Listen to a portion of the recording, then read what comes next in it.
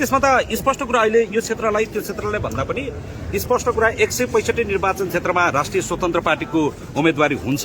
त्यो एउटा क्षेत्र दुईटा क्षेत्र मात्र भन्ने विषय होइन। म तपाईँलाई आज स्पष्ट रूपमा बताउनु पर्ने कुरा के हो भने पछिल्लो 2015 सालमा नेपाली कांग्रेसको घोषणापत्रमा जे थियो 79 सालको नेपाली कांग्रेसको घोषणापत्रमा पनि त्यही छ।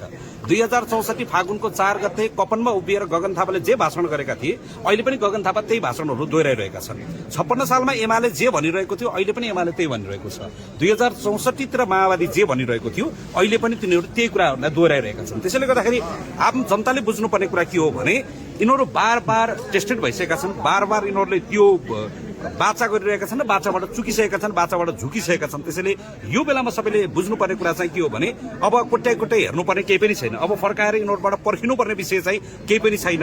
त्यसैले गर्दाखेरि यो बेलामा यो वा त्यो केही पनि नभनिकन यो बेलामा एक छाप त्यो घण्टी छाप हुन्छ। हेरे दम छ भने काठमाडौँबाट चुनाव लडेर देखाऊ बालेन भनेर बोलेको मैले सुने। उहाँलाई चाहिँ उहाँको घुमाउरो भाषामा त्यो अनुहारमा चाहिँ के एक्सप्रेसन देखिन्थ्यो भने तिमी झापा नआइदेऊ बालेन भन्ने खालको एउटा विनम्रतापूर्वकको एउटा चाहिँ अपिल देखिन्थ्यो। त्यसैले गर्दाखेरि दम छ भने फेस गर्ने। No Oli only no Balen ठिक छ, त्यो त प्रोनाउन्सिएसन उहाँको अङ्ग्रेजी कस्तो छ भने सबैले बुझेकै छ नि त उहाँलाई चाहिँ।